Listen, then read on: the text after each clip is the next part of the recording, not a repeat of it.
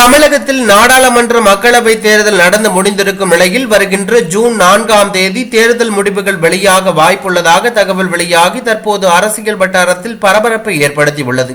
நிலையில் நாடாளுமன்ற தேர்தலில் வாக்குகள் குறைந்தால் சம்பந்தப்பட்ட பொறுப்பு அமைச்சர்கள் மற்றும் மாவட்ட செயலாளர்கள் மீது கடுமையான நடவடிக்கை பாயும் என ஏற்கனவே முதலமைச்சர் மு.க.ஸ்டாலின் அமைச்சர்கள், நாடாளுமன்ற உறுப்பினர்கள், எம்பி, எம்எல்ஏக்கள் ஆகியோருக்கு ஏற்கனவே எச்சரிக்கை விடுத்திருந்தார்.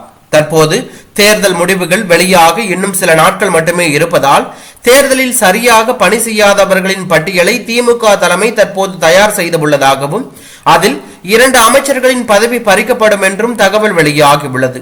இருந்தாலும் தேர்தல் முடிவுகள் வெளியான பிறகுதான் இது குறித்த அறிவிப்பு வெளியாகும் எனவும் தகவல் வெளியாகி பரபரப்பை ஏற்படுத்தியுள்ளது.